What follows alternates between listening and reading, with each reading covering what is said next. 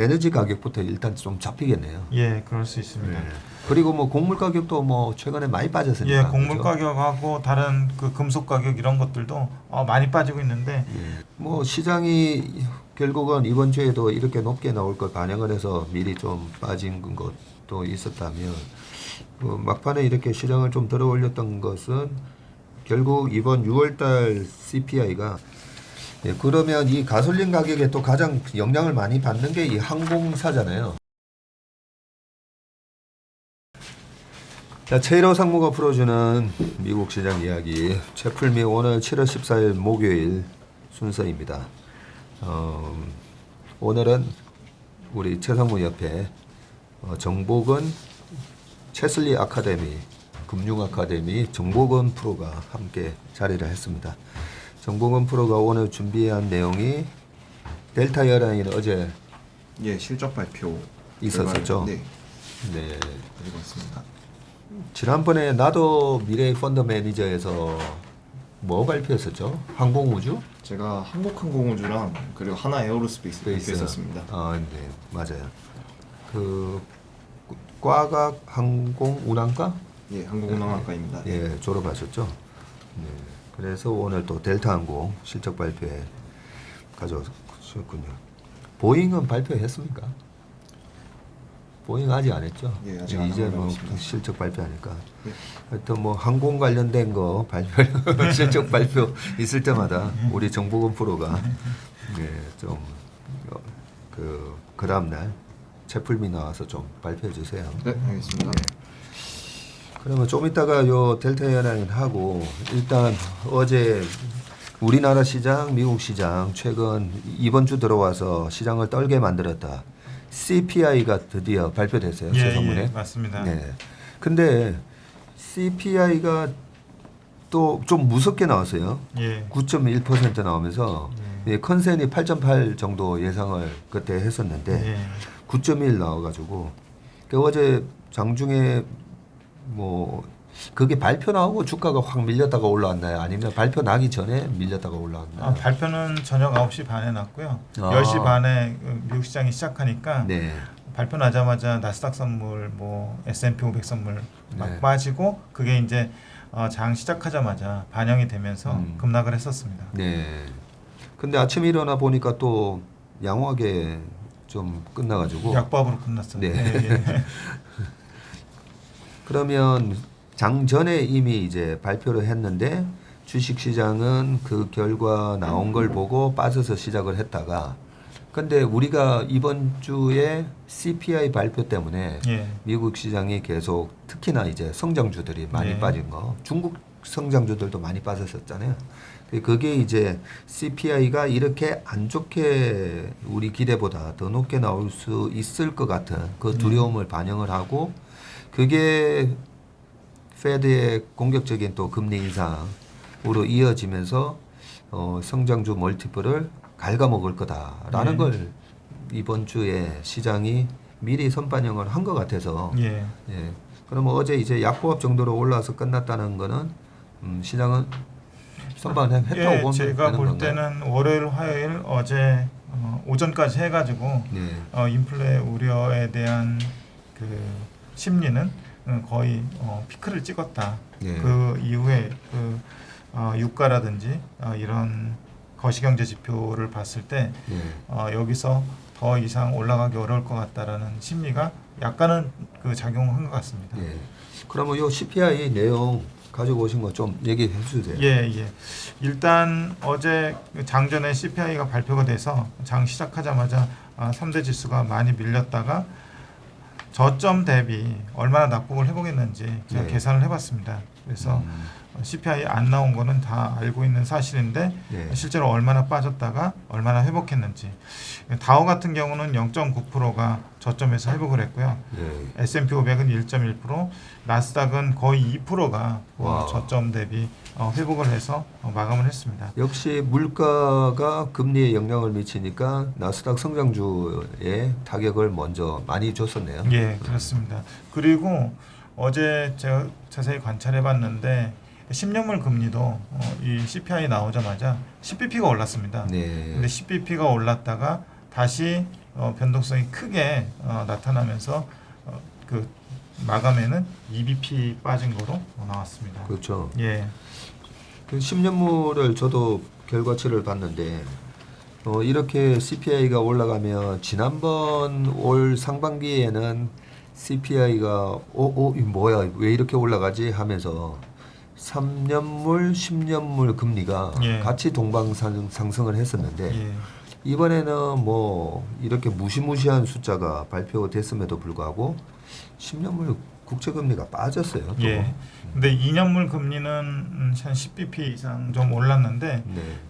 시장에서 생각하는 거는 일단은 연준의 호키시한 스탠스가 7월에는 이어질 것이고 어제 뭐 페드와치나 뭐 이런 단기 금리를 예측하는 기관에 보면은 100bp까지 올릴 가능성을 높게 보고 있거든요. 네.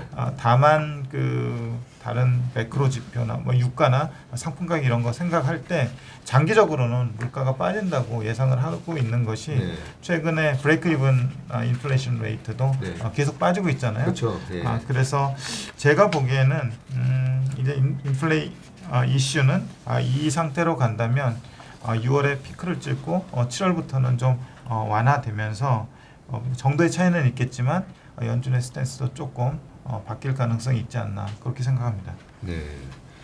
말씀하신 대로 이제 페드와치에서 7월 달에 75bp 인상할 확률이 92%였다가 갑자기 이제 22%로 확 떨어지고 오히려 100bp 인상할 확률이 78%다. 예. 이렇게 예상치가 바뀌었고 지난번 6월 달에도 75bp 할 가능성이 뭐 80% 이상 나오다 보니까 연준에서 75로 해버렸잖아요. 예, 그렇습니다. 그러면 이번에 7월 달에 뭐 100bp도 할 수 있다. 예, 뭐 그렇죠. 그렇게 이제 페드와치에서 78%나 이렇게 확률을 올려놨는데도 불구하고 시장이 그렇게 밀렸다가 다시 어느 정도 회복해서 하고 끝난 게 예.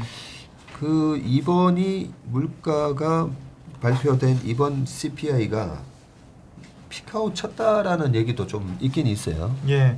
그래서 연준에서는 지금부터는 그 FOMC 미팅까지 상품 가격을 좀 유심히 볼 것 같아요. 항상 그 코멘트에 나오는 거 보면은 상품 가격 추세가 빠지지 않거든요. 네. 여기서 유가가 좀 더 빠지고 가솔린 가격 좀 이따 다시 말씀드리겠지만 이 부분이 확실히 그 빠지는 모습을 보인다면 100bp 할 수도 있겠지만 거기서 네. 조금 스탠스가 완화될 가능성도 없지 않아 있어 보입니다. 네. 알겠습니다. 예. 또뭐 그 CPI 6월 관련해서 CPI 그 예. 숫자만 잠깐 체크해 보면요. 네. 5월 대비 6월 보시면은 전부 다 오른 건 아니고요. 그 코어 CPI YOY 수치는 5월에 6.0%에서 5.9%로 요건 살짝 둔화되는 모습을 보이고 있고요. 그리고 헤드라인 CPI는 좀 무시무시한 숫자가 어제 말씀하셨듯이 9.1%가 나왔습니다. 네. 5월에는 8.6%고 6월에는 9.1%.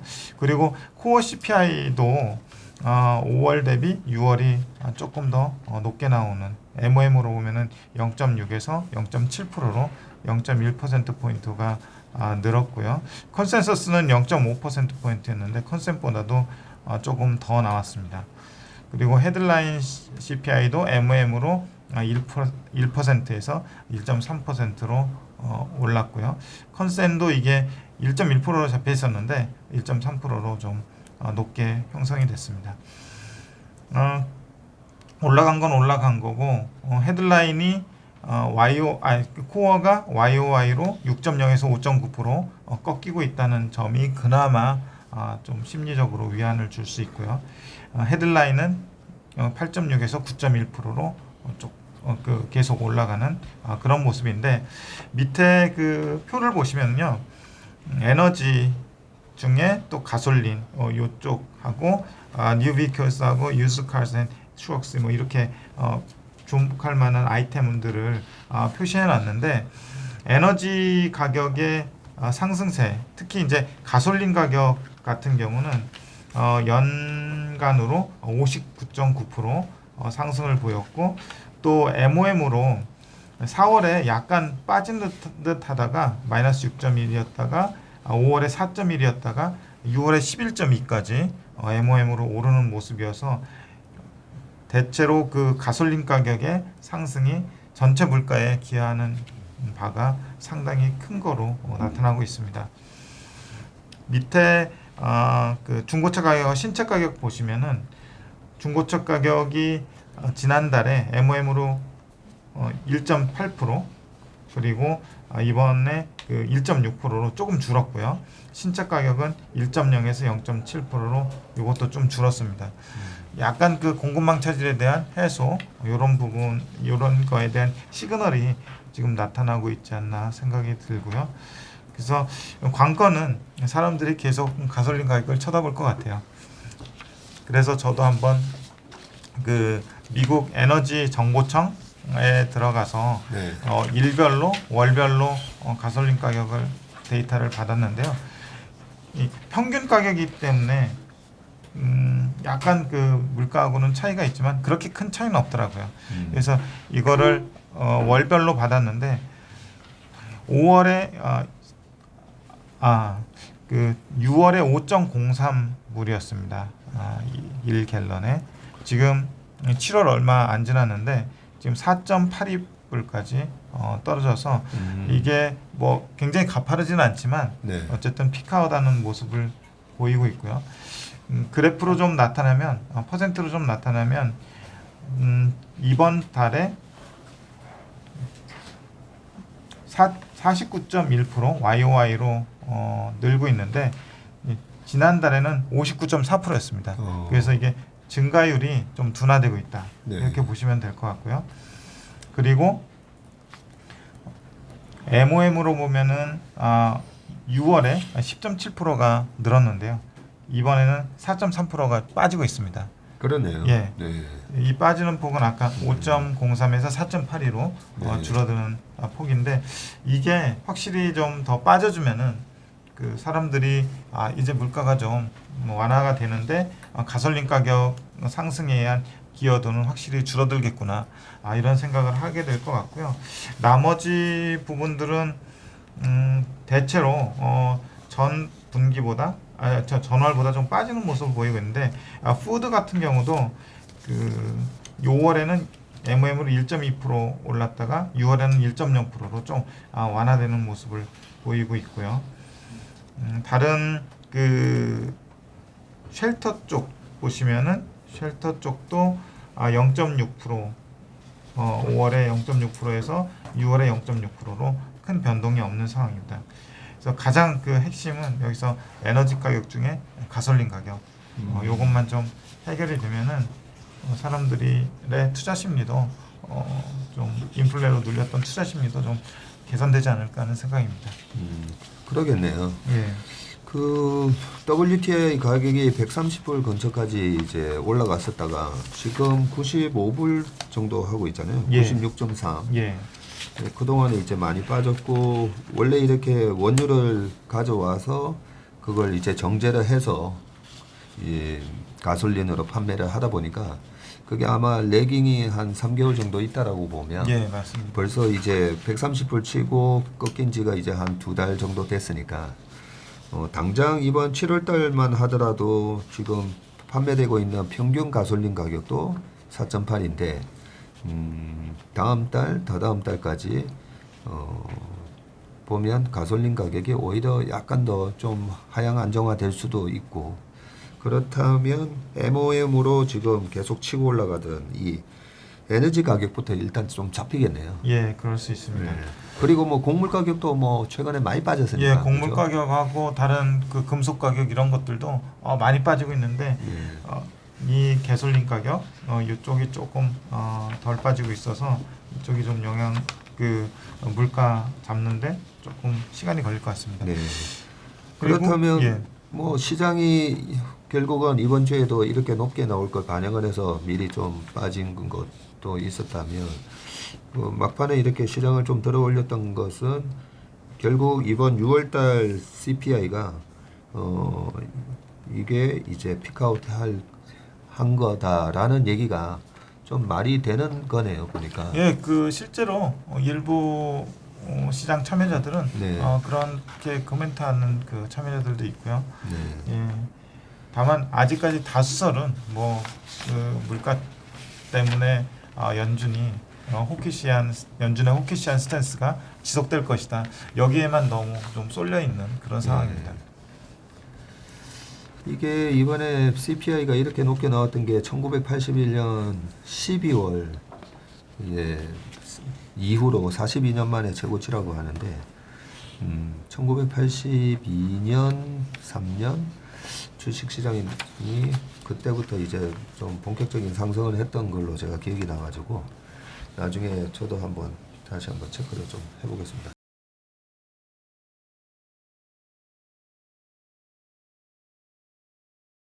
뭐 가설 정확하게 얘기하면 이제 항공유가 되는 거겠죠. 예. 제트유. 맞습니다. 맞죠. 예. 네. 그래서 이 또 바로 델타 에어라인의 시총이 그 어닝이 발표가 됐어요. 네, 맞습니다. 좀 한번 얘기해 주세요. 어떻게 됐는지. 네, 일단 매출의 경우 12.32빌리언으로 컨센서스인 12.33빌리언을 소폭 하회했고 EPS가 이제 1.44달러로 컨센서스 1.64불을 좀 많이 하회했습니다. 컨센보다는 좀 안 좋게 나왔다 그죠? 네, 맞습니다. 네. 이게 그 매출은 이제 비슷하게 나왔는데 비용에서 비용이 많이 증가했기 때문에 컨센서스 대비 많이 감소했던 걸로, 컨센서스 대비 많이 하회했던 걸로 파악하고 있습니다. 그러면 지금 뭐 매출 브레이크다운이 되어 있는데 예, 보통 보면 이제 승객, 화물 뭐 이렇게 크게 두 가지로 되어 있잖아요. 예, 맞습니다. 대한항공 같은 경우에는 이제 화물 비중이 좀 높아서 전 세계 항공사 중에 가장 이제 코로나 락다운 이후에 선방을 했었는데 예. 델타는 어때요? 매출 브레이크다운 해보면? 델타의 경우 이제 승객 같은 경우 승객의 경우 지금도 회복 중입니다. 아직 특히 화물은 그 역대 2분기 최고 실적을 보였다고 합니다. 저희가 이제 코로나 이전인 비교 그래서 대상, 화물 비중이 한 어느 정도 되나고요? 승객하고 화물 비중이 승객은 제가 알기로는 예, 미국 항공사들은 거의 이제 승객 비중이 가장 높은 걸로 나오는데 여기 지금 매출 브레이크다운 해오셨네요. 네, 맞습니다. 승객이 전체 매출이 12.3빌리언에서 승객이 10.96빌리언, 예, 화물이 0.27. 예, 맞습니다. 그러니까 화물이 차지하는 비중이 얼마 안 되네요. 예, 얼마 안 한 됩니다. 2%, 2.3% 정도밖에 안 되네요. 보니까. 그리고 기타가 있고 2.59빌리언이고 정유 1.51. 이게 그 델타 에어라인이 그 정유사 갖고 있잖아요. 예, 맞습니다. 그거 연결로 아마 잡은 건가 보네요. 네, 맞습니다. 그러면 여기 조사해 오신 거 보니까 매출 수준은 2019년도 2분기 대비 99% 회복을 했네요. 예, 맞습니다. 이게 이제 코로나 이후 얼마나 빨리 코로나 이전으로 회복하느냐 그게 이제 관건이었는데 일단 코로나 이전으로 다 회복했네요. 네, 코로나 이전으로 회복했습니다. 근데 이제 그 표값이 늘어났던 것이 또 주요 원인인 것 같고 Q에 해당하는 레비뉴 패신저 마일의 경우 이제 2019년 2분기 대비 81% 회복했습니다. Q에 해당하는 뭐라고요? 레비뉴 패신저 마일즈입니다. 레버는데 패신저 마일즈. 마일즈 네. 얘는 어떻게 됐다고요? 19년도 2분기 대비 81% 회복했습니다. 예.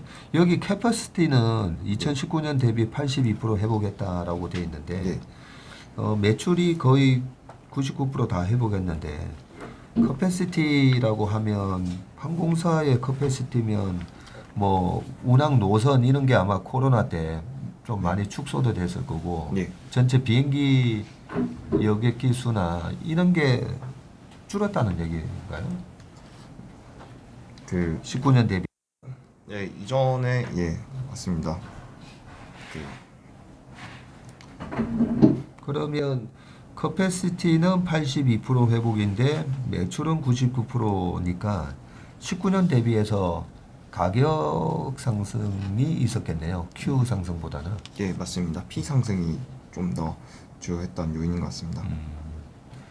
그러면 비용단은 이제 뭐 지금 우리가 가솔린 가격 가지고 막 많이 얘기했는데 그 비용단이 어떻게 지금 비용 때문에 실적이 약간 컨센보다는 좀 많이 미스했는데 네, 맞습니다. 어떻게 됐어요? 비용이? 비용의 경우 이제 2019년 2분기 대비해서는 여기 남퓨얼 코스트는 7.5빌리언으로 동일하나. 그럼 남퓨얼 코스트라는 게 기름 말고 다른 비용으로 7.5빌리언 동일한데 네, 맞습니다. 네, 여기 어저스티드 남퓨얼 CASM 이건 뭐예요? 이제 그 CASM의 경우는 이제 그 캐퍼시티 대비 비용을 의미합니다. 정확히 말씀드리면 코스트 퍼 ASM이고요. 여기 ASM 코스트 퍼 ASM입니다. Available Seat Miles입니다. ASM은 뭐예요? Available Seat Miles입니다. Available Seat Miles 네. 당 비용이군요. 예, 맞습니다. 그 네. 우리나라 말로는 뭐 좀 쉬운 말이 없어요? 이제 객단가? 이게 그 좌석수에 가능한 이제 마일을 곱한 그러니까. 값입니다. 그걸 그거를 이제 예. 그에 대한 비용이잖아요, 그죠? 예. 근데 이 부분이 2019년 2분기 대비해서는 22%나 증가했어요. 이게 그 비용은 큰 차이 안 나는데 캐퍼시티가 아직 많이 부족하기 때문에 오히려 생긴 차이인 것 같습니다. 네. 그리고 여기 보니까 지금 우리가 또 걱정하는 게 뭐 크루즈나 항공사나 다 이 고정비가 워낙 많이 들어가다 보니까 예. 얘네들이 이 계속 이 뭐 지금 새로운 또 코로나 바이러스가 다시 최근에 또 증가도 하고 있고 원숭이 두장도 있었고 뭐 이런 와중에 계속 캐시 번아웃이 되면서 결국은 이런 기업들이 나중에 현금이 고갈돼서 예. 망하는 거 아닌가 뭐 이런 두려움도 있어요. 예. 그 현금은 얼마 갖고 있죠 지금? 총 이제 잉여현금 흐름 말씀하신 현금성 자산의 경우 지금 13.6빌리언 보유하고 있습니다. 꽤 많이 들고 있는데 예, 맞습니다. 이 정도면 우리나라 돈으로는 한 17조 현금을 들고 있네. 예. 그리고 이번 분기에는 잉여 현금 흐름을 창출을 했나요? 아니면 이번 분기에 이번에도 1.6빌리언 창출했습니다. 1.6빌리언. 영업 현금 흐름은 어떻게 돼요? 네, 2.5빌리언입니다. 플러스 나왔어요? 예, 맞습니다. 그건 나쁘지 않네. 그러면 영업 이익률이 지금 11.7% 예, 맞습니다. 기록했다고 돼 있고 2019년 이후 처음으로 두 자릿수 마진이 나왔네요. 네, 아직 2019년 동분기 대비해서 5.5%포인트가 부족하지만 좀 두 자릿수 마진이 나온 거는 의미 있다고 생각합니다. 그러면 2019년도에는 거의 17% 나왔어요? 예, 맞습니다. 상당히 많이 나오네, 미국은. 어쨌든 두 자릿수 마진이 나왔다는 게 조금 인상적이고, 로드 팩터가 87%로 이거는 또 컨센 83.3% 상회했네요. 예, 맞습니다. 이게 뭐 탑승률로 보면 되는 거죠? 예, 그렇게 보시면 됩니다. 여기 보시면은 이제 캐퍼시티 대비해서 Q가 어느 정도 네. 나왔는지 보여주는 수치입니다. 2019년 EQ에는 88%였었네요. 근데 83.3% 정도일 거라고 컨센이었는데 87%로 그래서 이제 2019년 2분기 대비 거의 뭐 매출도 그렇고 이런 여러 가지 탑승률 등등 해서 99% 회복했다고 보는 거네요. 예, 맞습니다. 이 추세가 이제 어떻게 이어지는지 봐야 되고 2019년도는 사실 미국의 여러 가지 경제 지표들이 소비자 실내 지수도 안 좋았고 썩 그렇게 경제가 좋았던 해가 아니었기 때문에 2019년 정도를 회복한 거는 뭐 고무적이긴 한데 주가가 더 올라가려면 좀 더 호황이었던 2017년, 18년 예, 그때 수준까지 좀 올라가야 될 것 같은데 어떻게 보입니까? 지금 여기 뭐 델타 에어라인 이 정도 실적 나오고 지금 주가 수준이 시총이 19빌리언 달러고 29달러 정도 하고 있는데 예, PER은 6.27, PBR 2.35, ROE가 42.38이네요. ROE가 되게 높네. 예, 맞습니다. 뭐 오늘 실적 그냥 발표한 거에 대해서 조사해 온 건데 뭐 투자 의견에 대해서는 적어 놓지는 않았지만 뭐 어떻게 보여요? 일단 유류비 그 부담이 아직은 있어 보여가지고 네. 좀 감소를 해야 투자할지 말지 좀 생각 들 것 같습니다. 지금으로선 관망하고 있습니다. 예. 근데 우리 최성모 얘기는 지금 이제 WTI도 꺾이고 있고 가솔린 가격도 이제 다음 달부터는 조금 안정화된다라고 하면 항공유도 좀 다 같이 영향을 좀 받지 않을까요? 예, 근데 이제 일단은 확인해 봐야 된다는 거죠. 네 맞습니다. 네.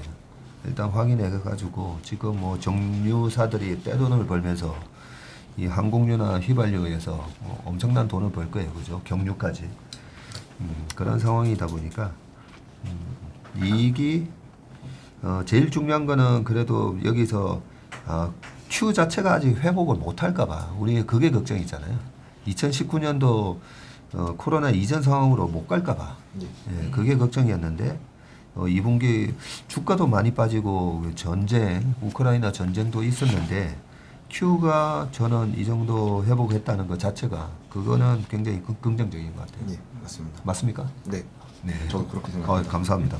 맞다고 해주셔가지고 네, 거기다가 이제 비용만 줄어들면 된다 그죠? 예, 맞습니다. 비용만 알겠습니다. 그러면 오늘 델타항공 어닝 실적 발표 있었는데 이 부분은 우리 정복은 프로가 정리를 해주셨습니다. 오늘 우리 최 1호 상무님, 정복은 프로는 두 분 다 수고 많으셨습니다. 감사합니다. 감사합니다. 감사합니다.